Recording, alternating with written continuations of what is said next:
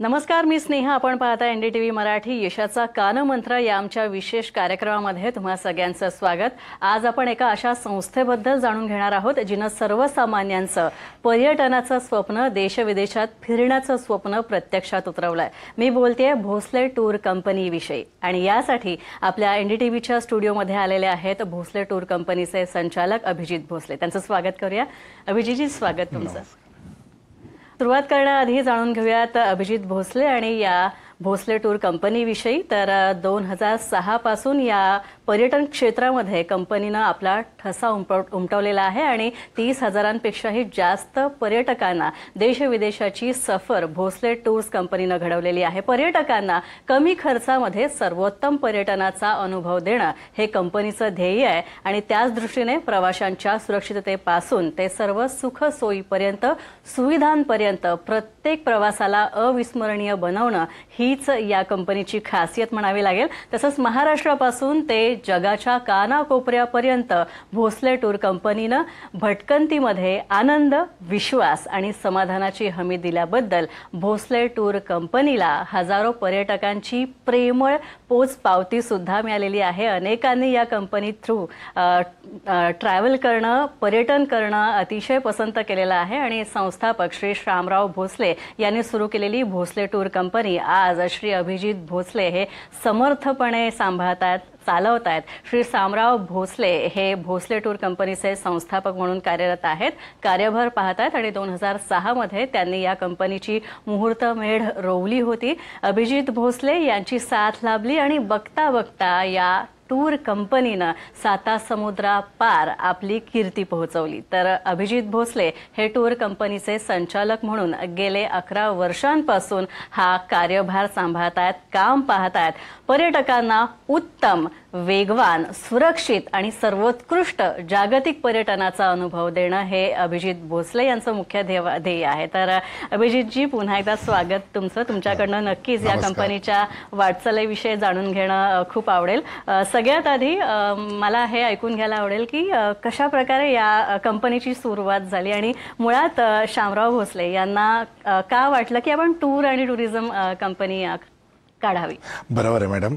2006 पूर्वी आपण भोसले टूर कंपनीची सुरुवात केली. वडील बघत होते आणि वडील पोलीस डिपार्टमेंटला असताना त्यांच्या जो वेळ, सुट्टीचा वेळ भेटल्यानंतर लोकांना ते सामाजिक ठिकाणी किंवा धार्मिक ठिकाणी ते घेऊन जात असेल, पण पोलीसमध्ये ते नोकरीवर असताना त्यांना पुरेसा टाइम मिळत नसल्यामुळे त्यांनी 2016 नंतर हा कारभार माझ्याकडे दिला. आज बघता बघता धार्मिक टूर आणि इंटरनॅशनल टूरची आम्ही सुरुवात केली. 2016 नंतर वडिलांनी माझ्या हातात सोपवल्यानंतर आम्ही ही सुरुवात केली. पहिले खूप छोटं वटवृक्ष होतं मॅडम. आज म्हणजे वर्षाला आम्ही एक टूर करायचो. खरंच तुम्ही जे बोलल्याप्रमाणे छोटं वृक्ष होतं. आज वर्षाला तेव्हा आम्ही 50 ते 60 लोक वर्षाला घेऊन जात होतो. आज सर्वांच्या आशीर्वादामुळे आज कंपनी कमीत कमी महिन्याला कमीत कमी 500 आणि वर्षाला 5,000 लोकांना आपण धार्मिक ठिकाणी असो, पर्यटन ठिकाण असो, ह्या ठिकाणी आपण नेत असतो आणि अतिशय चांगली सुरुवात करून लोकांनी आम्हाला साथ देत आणि आज कंपनी आज ह्या ठिकाणी पोहोचलेली आहे. नक्कीच. अभिजितजी, तुमच्याबद्दल एक ऐकलंय की तुम्ही ग्रुप टूर स्पेशलिस्ट आहात. तर काय रोल असतो ग्रुप टूर स्पेशलिस्ट म्हणून काम करण्यात आणि काय चॅलेंजेस, काय आव्हानं असतात? ग्रुप टूर आम्ही मोस्टली ग्रुप टूर मध्ये जास्त इंटरेस्ट घेतो. ग्रुप टूर बरोबर काय असतं मॅडम की ग्रुप टूर बरोबर कंपनीचा एक मॅनेजर सोबत असतो. त्यामुळे 24 आवर्स तो जनरेट असतो तुमच्यासाठी. कारण की तिथे कस्टमरला काय झालं, काही नाही, हॉटेलचे रूम असे, गाडी अशी आली, गाडी लेट आली किंवा फूडमध्ये काय अडचण आहे, त्याच्यासाठी आम्ही ग्रुप टूर करतो. ग्रुप बरोबर आमचा कंपनीचा लीडर येत असतो आणि कंपनीचा लीडर आल्यानंतर त्यांची कोणतीही अडचण असो, काही असो, तो 24 आवर्स त्यांच्यासाठी तत्पर असतो, जनरेट असतो. आणि विथ ग्रुप टूर मध्ये एक खेळीमेळीचं वातावरण तयार होतं. ग्रुप टूर बरोबर गेल्यामुळे काय होतं माहिती का, एकमेकांचे रिलेशन तयार होतं आणि ग्रुप टूर मध्ये एन्जॉयमेंट, डान्स, गेम्स ह्या गोष्टी मॅडम होत असतात आणि त्याच्यामुळे काय होतं की एन्जॉयमेंट होतो. आणि ग्रुप टूर कसं ग्रुप असल्यामुळे, मोठा ग्रुप तयार झाल्यामुळे पॅकेज पण आम्हाला रिजनेबल पॅकेज तयार होतं. त्याच्यामुळे आम्ही मोस्टली जास्त करून ग्रुप टूर करतो.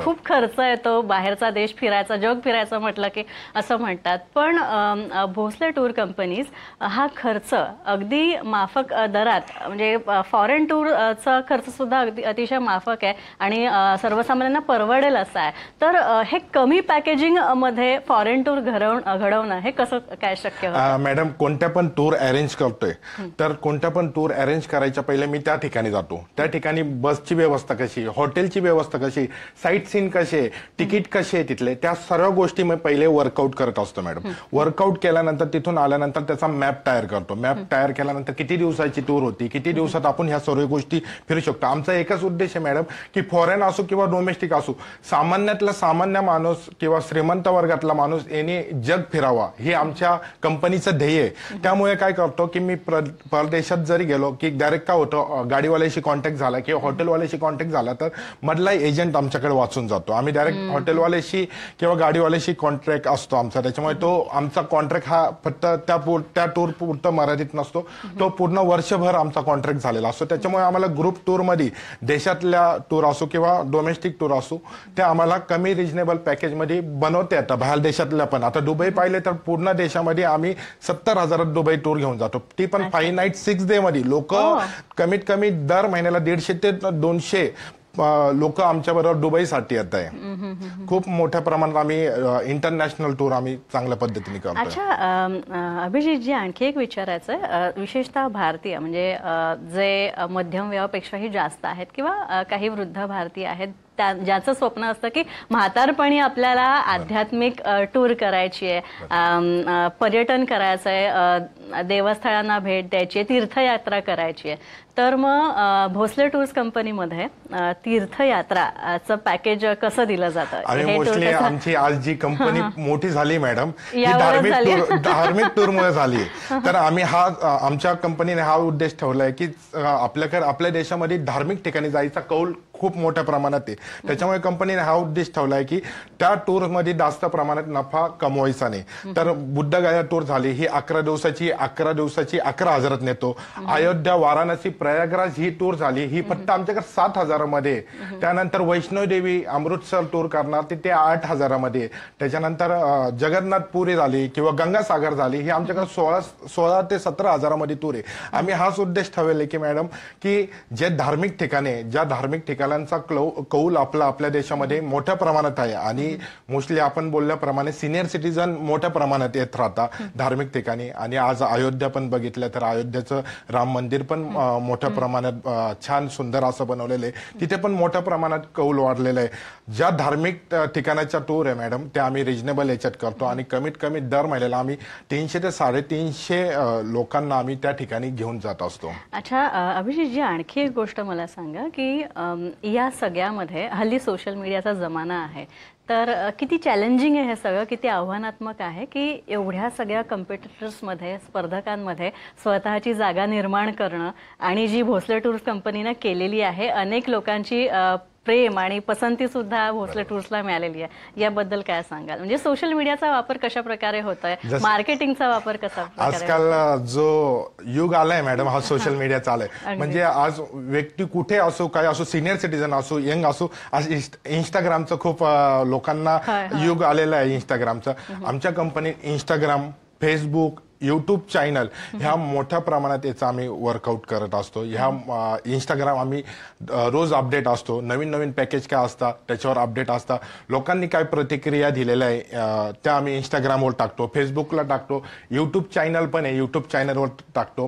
ह्या सोशल नेटवर्किंगमुळे मोठ्या प्रमाणात आम्हाला जो सोशल नेटवर्किंग मधला जो युवा पिढी असो किंवा सिनियर सिटीजन यांचा मोठा आम्हाला ह्या टूरमध्ये येत आहे. आणि विशेष गोष्ट म्हणजे मॅडम तुम्हाला सांगायचं म्हणजे गुगल रिव्ह्यू आपल्याला 5 पैकी 4.9 गुगल रिव्ह्यू भेटली आहे. गुगलवर खूप छान आम्हाला गुगल रिव्ह्यू भेटली, त्याच्यावर लोकांच्या कमेंट्स आहे, फोटो आहे, ही खूप मोठी गोष्ट भेटली आम्हाला. म्हणजे लोकांनी खूप मोठ्या प्रमाणात आम्हाला ही पावती दिली आणि खरंच खूप सुंदर आणि खूप छान वाटतं आम्हाला. अच्छा आणखी मला एक सांगा की भोसले टूर कंपनीचं पूर्ण महाराष्ट्रामध्ये कशा प्रकारे सगळं नेटवर्क आहे? कारण महाराष्ट्रातच इतकी पर्यटन स्थळं आहेत की ती कव्हर करणं त्याला विशेषतः लोकांची जास्त पसंती पण आहे. तर मग इंटरस्टेट टुरिझमसाठी कशा प्रकारे हे सगळं कार्य चालतं? आमच्या पूर्ण महाराष्ट्रामध्ये मॅडम 350 फ्रँचायसी आहे. टोटल मेन ऑफिस आमचं आहे, पण मेन ऑफिसमध्ये आम्ही 50 आम्ही पूर्ण युवा पिढी आमच्याकडे आहे मॅडम मोठ्या प्रमाणात. आणि आमच्या मॅनेजमेंटचं काम जे डिजिटल मार्केटिंग, सोशल मार्केटिंग ह्या प्रत्येकसाठी आपण वेगवेगळी टीम बसवलेली आहे मॅडम.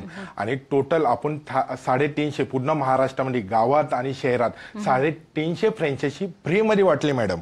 कोणत्याही प्रकारचा आम्ही त्यांच्याकडून कोणत्याही प्रकारची रक्कम घेतली नाही. आणि हा ते पार्ट टाइम जॉब करताय. जे 350 फ्रँचायसी वाटलेला आहे ना मॅडम, ते पार्ट टाइम घरी बसल्या बसल्या त्यांच्या कोणत्या पण वेळात त्यांनी जॉब केल्यानंतर कोणत्या पण वेळामध्ये ते काम करू शकता. असं काम आम्ही 350 फ्रँचायसी पूर्ण महाराष्ट्रात म्हणजे तुम्ही फ्लेक्झिबिलिटी सुद्धा दिली आहे. बरोबर मॅडम. म्हणजे ते घरी बसून काम करू शकता. किंवा कोणी लेडीज आहे त्यांना जॉबची आवड नाही, पण त्यांना घरी बसून काम दिलं आणि कोणतीही रक्कम कंपनीने घेतली. आणि सर्व गोष्टी ऍडव्हर्टाईजचं जे पण काही पण लागेल ऍडव्हर्टाईजसाठी काही पण गोष्टी लागतील ती कंपनी फ्रीमध्ये त्यांना देते. आणि त्यानुसार आपल्या कंपनीचं 350 टोटल फ्रँचायसी आहे. आणि ऑफिसचा मॅनेजमेंटचा 50 लोकांचा स्टाफ आहे. अशा पद्धतीने आपण काम करत असतो मॅडम. अच्छा अभिजित सर, मला एक सांगा की ट्रॅव्हल आणि टुरिझम कंपनी जी असते फक्त पर्यटकांना आपल्या ग्राहकांना फिरवायचे देश विदेश यापुरतं मर्यादित नाहीये. फक्त म्हणजे टुरिझमच नाही तर त्या संपूर्ण पर्यटनादरम्यान प्रवासादरम्यान सगळ्यात महत्वाचं असतं ती सेफ्टी. तर याबद्दल काय सांगाल? सेफ्टी म्हणजे सुरक्षेची काळजी कशी प्रकारे घेतली जाते? सेफ्टी सर्वात इम्पॉर्टंट आहे. कारण की मोस्टली आमच्याकडे मॅडम सिनियर सिटीजन जास्त आहे. यंगस्टारला कसं आहे की सुट्ट्या, दिवाळीच्या सुट्ट्या किंवा उन्हाळ्याच्या सुट्ट्या असेल ह्यामध्ये यंगस्टार किंवा फॅमिली किंवा स्टुडंट वर्ग किंवा लहान मुले ह्या दिवाळी आणि उन्हाळ्याच्या सुट्ट्यांमध्ये येत असतं. मोस्टली आमच्या 10 ते 12 महिन्यामध्ये सिनियर सिटीजन मोठ्या प्रमाणात येत असतो. त्यामुळे प्रत्येक टूरला इंटरनॅशनल असो डोमेस्टिक असो प्रत्येक टूरला आम्ही इन्शुरन्स काढून देतो. कोणताही पर्यटक आपल्या टूरमध्ये आल्यानंतर आम्ही विदाऊट इन्शुरन्स पाठवतच नाही. प्रत्येक व्यक्तीचा आम्ही इन्शुरन्स काढतो. त्याच्यामध्ये तुम्हाला ऍक्सिडेंट कव्हर असतो, फूड पॉइझन कव्हर त्याच्यामध्ये असतं, ओपीडी असते, ह्या कव्हर इन्शुरन्स मध्ये असतं. आणि त्याच्यामध्ये आमच्याकडे मेडिकल किट असते. किंवा काही झालं तरी काही लागलं दुखापती झाली तर लीडरकडे एक किट दिलेली असते. कोणाला ताप आला, सर्दी झालं याच्यासाठी आपण किट दिलेली असते. ती किट लीडर सोबत असते. आणि प्रत्येक ठिकाणी गेल्यानंतर हॉटेलची व्यवस्था असो किंवा गाडी असो ह्या सर्व आम्ही चेक करून घेतो. कारण की सेफ्टी खूप इम्पॉर्टंट आहे आपल्याला की कस्टमरला कोणत्याही दुखापती होता कामा नये ही आम्ही सेफ्टीची जबाबदारी घेतो. अच्छा बऱ्याचदा असं होतं अभिजितजी की पर्यटकांना यायचं तर असतं म्हणजे त्यांना जायचं आहे, देश फिरायचा आहे, विदेशात पण फिरायचं आहे, पण नक्की कुठला महिना, कुठल्या कालावधीत कुठल्या देशात जायचं म्हणजे आपण जास्त मजा करू, एन्जॉय करू हे सुद्धा कळत नाही. मग त्यांना मार्गदर्शन करणं अशा वेळी ट्रॅव्हल आणि टूर कंपनीचा महत्वाचा भाग असतो, महत्वाची भूमिका असते. तर मग हे कसं काय होतं? बरोबर मॅडम.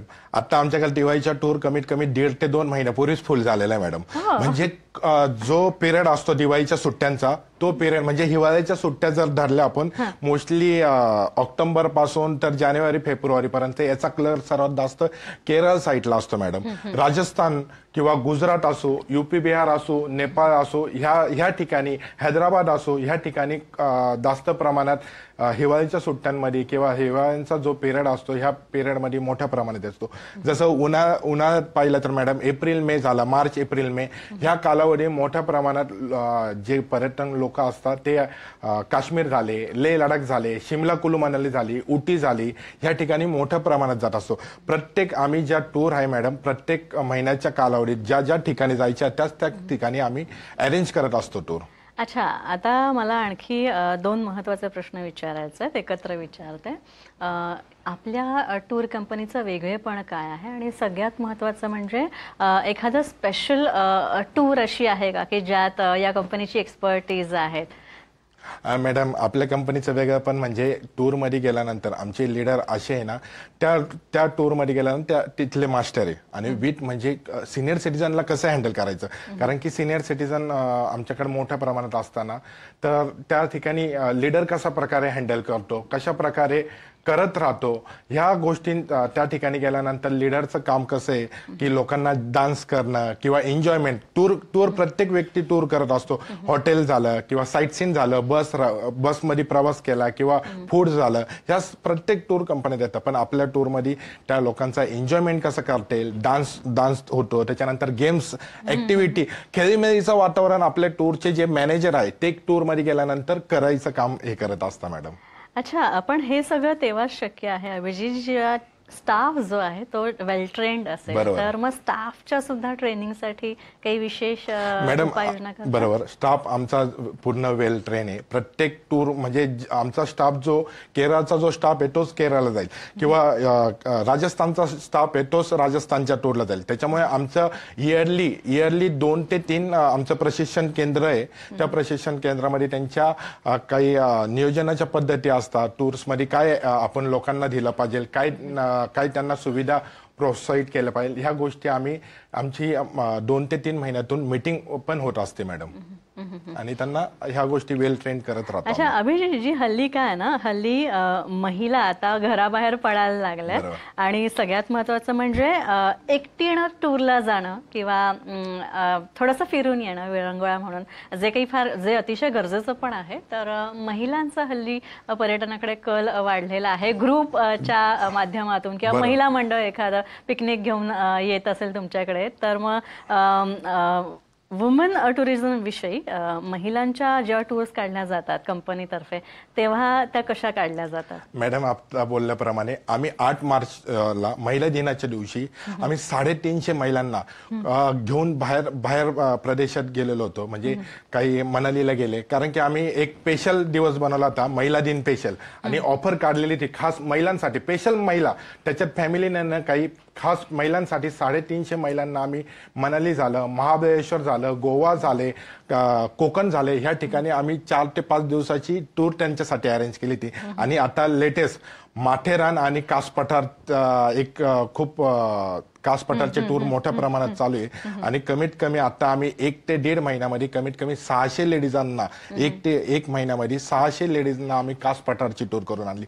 कारण की 1-2 दिवसाची टूर असली ना तर लेडीज पण येतात, कारण की 1-2 सॅटर्डे संडे आम्ही टूर काढत असतो. आणि त्यामुळे ते 2 दिवसाची टूर असल्यानंतर बिंदास पण येतात आणि एन्जॉयमेंट पण करतात. ते खास आम्ही लेडीजसाठी स्पेशल टूर काढत असतो. त्या स्पेशल टूरमध्ये फक्त लेडीजच त्या टूरमध्येच असतात. आणि त्यांना विशेष म्हणजे एकदम म्हणजे घर सोडून आलेली ती लेडीज असते. त्याच्यामुळे त्यांना कोणत्या सुखसोयीमध्ये कोणती गोष्टींची एन्जॉयमेंट कसं करता येईल त्यांना याकडे खूप, म्हणजे रात्री आम्ही दिवसभर फिरल्यानंतर, दिवसभर साईट सीन केल्यानंतर रात्री आमचं बोन फायर राहतो, डान्स घेतो, एन्जॉयमेंट खूप होतं मॅडम. आणि काय होतं, प्रत्येक लेडीज ही वेगवेगळ्या शहरातून आलेली असते. एक मैत्रीचं नातं पण तिथे आल्यानंतर तयार होत असतं आणि मैत्रिणी पण तयार होत असतात. आणि त्या खेळीमेळीच्या वातावरणात खूप सुंदर अशी टूर, लेडीज टूर होत असते. अच्छा, महिला दिनाविषयी तुम्ही म्हणालात की महिला दिनाच्या दिवशीचं तुमचं स्पेशल पॅकेज असतं, पण त्या पलीकडेही महिलांसाठी काही विशेष टुरिझमची पॅकेजेस आहेत का? हो, महिलांसाठी आम्ही स्पेशल पॅकेज पण काढले. आता दुबई पण आम्ही स्पेशल करतोय खास महिलांसाठी. ती पण आम्ही आमचा जो 65,000मध्ये आम्हाला दुबई टूरला महिलांना घेऊन जायचंय. आणि टोटल आम्हाला दर महिन्याला आपण 100 ते 150 महिलांना आपल्याला दुबईत घेऊन जायचंय. खास म्हणजे बाहेर देशात त्यांना फिरून आणायचंय. 5-6 दिवसाची आपल्याला त्यांच्यासाठी खास टूर करायची. तसेच आम्ही एक निरनिराळे आम्ही टूर काढतच राहणार आहे महिलांसाठी. जसं कास पठारची आता काढली आहे, मागच्या वेळेस आम्ही मनालीची काढली होती, काश्मीरची काढली होती, गोव्याची काढली होती. तसं आम्ही 2-2, 3-3 महिन्यांनी खास टूर करत असतो. माथेरानची टूर काढतो, गुजरातची स्टॅच्यू ऑफ युनिटीची आम्ही महिलांची स्पेशल टूर काढत असतो. तसंच म्हटल्याप्रमाणे भंडारदऱ्याची पण आम्ही टूर काढत असतो खास स्पेशल. अच्छा अभिजितजी, तुम्ही सुद्धा गेला असाल, अनेकदा फॉरेन टूर्सवर गेला असाल, तर या टूर्समध्ये पर्यटक सुद्धा किंवा अनेक जण खरं तर भोसले टूर कंपनीशी जोडले गेलेले आहेत. काही आठवणी असतील सांगाल का, किंवा काही असे पर्यटक तुमच्या लक्षात राहिलेले आहेत? कारण की प्रत्येक टूरला मॅडम कोणी ना कोणीतरी असं स्पेशल असतं, कोणी ना कोणी स्पेशल राहतं. आणि प्रत्येक टूरला गेल्यानंतर म्हणजे कोणाची तरी काहीतरी खासियत असतं. म्हणजे एक टूर मध्ये गेल्यानंतर प्रत्येक टूर म्हणजे डोमेस्टिक असो इंटरनॅशनल टूर असो की प्रत्येक टूर मध्ये एन्जॉयमेंट होतोच आमचा. त्याच्यामुळे कोणीतरी परत असतात ते पण एन्जॉयमेंट करत असतात किंवा हसरी मजाक करत असतात किंवा जोक करतात. कारण की इव्हिनिंगला काय होतं मॅडम, टूरला गेल्यानंतर इव्हिनिंगला कराओके लावतो, त्याच्यामुळे ते गाण्यांचा एक प्रोग्राम तयार होतो. काही आठवणी सांगत असतात. कधी कधी आमचे सिनियर सिटीजन त्या गोष्टी घरात काही गोष्टी शेअर करत नाही. आमचं एक मैत्रीचं नातं तयार होतं. लीडरचं आणि प्रवाशांचं एक मैत्रीचं नातं तयार होतं, मुलासारखं नातं तयार होतं. त्यामुळे ते काही शेअरिंग करणारे काही गोष्टी असतात ते लीडरला सांगतात, मन मोकळ्यापणाने सांगतात, नाही बाबा तू आमच्या मुलासारखा आहे, खरंच आमच्या मुलासारखी तू काळजी घेतो. एक घरासारखं वातावरण आम्ही टूरमध्ये त्यांच्याबरोबर तयार करत असतो मॅडम. अच्छा, एखाद्या संस्थेचा उद्देश स्वतःचा आवाका वाढवणं, बिझनेस करणं हा तर असतोच, म्हणजे आर्थिक फायदा करून घेणं, आर्थिक नफा कमवणं हा तर असतोच. पण भोसले टूरचं वैशिष्ट्य म्हणजे सामाजिक कार्यात सुद्धा तुम्ही पुढे आहात. तर याविषयी मला थोडंसं जाणून घ्यायला. मॅडम सांगायचं म्हटलं तर वडील अनाथ म्हणून शिकले. अनाथ होते, आई वडील नव्हते आणि ते बोल्टिंग मध्ये शिकले आणि ते बोल्टिंग मध्ये शिकल्यानंतर ते पोलीस खात्यात जॉबला लागले. त्यांच्या स्पोर्टच्या याच्यामुळे लागले. म्हणजे स्पोर्टच्या याच्यात लागल्यानंतर ते गव्हर्नमेंटला लागल्यानंतर तिथून त्यांनी आपली नोकरी समाज कार्यासाठी म्हणजे हा उद्देश ठेवला की आपलं जे पण इन्कम होईल त्याच्यातला 20 ते 30% हा जो इन्कम राहील जो समाजासाठी द्यायचा. कमीत कमी त्यांनी समाजकार्य चालू केलं त्याच्यातून. मग तीच मुभा आम्हाला लाभली. ती मुभा लाभल्यानंतर कंपनीचा जो पण 20 ते 25% नफा आहे हा आपण अनाथ मुलं झाले, मतिमंद मुलं झाले किंवा हँडिकॅप मुलं झाले, त्यांना शिक्षणासाठी काही पण अडचण येऊ त्यांच्यासाठी आपण त्यांना काही पण अडचण आली तर आपण त्यांना मदत करत असतो. विशेष म्हणजे कोविडमध्ये आम्ही कमीत कमी तर 1 ते 1.5 लाख लोकांना आम्ही जेवण पण वाटलं मॅडम. म्हणजे आपण हे सोशल वर्क करत राहतो आणि त्याचं पुण्यकर्म आपल्याला मिळत असतं मॅडम. अभिजितजी, धन्यवाद. तुम्ही आमच्या एनडीटीव्हीच्या स्टुडिओमध्ये आलात आणि यशाचा कानमंत्रमध्ये आपण सहभाग घेतलात आणि आपल्या कंपनीविषयी आम्हाला सांगितलं, त्याबद्दल खूप खूप आभार तुमचे. वेलकम. यानंतर आपण इथेच थांबतोय. मात्र जाता जाता एक आठवण, तुम्हाला जर भोसले टूर कंपनीविषयी जाणून घ्यायचं असेल तर तुम्ही नक्की स्क्रीनवर जे क्रमांक दिलेले आहेत ते संपर्क क्रमांक तुम्ही नोंद करून घ्या आणि यावर संपर्क साधून तुम्ही सुद्धा पर्यटनाचा अनुभव भोसले टूर कंपनीच्या माध्यमातून नक्कीच घेऊ शकता. यानंतर इथेच थांबतोय. नमस्कार.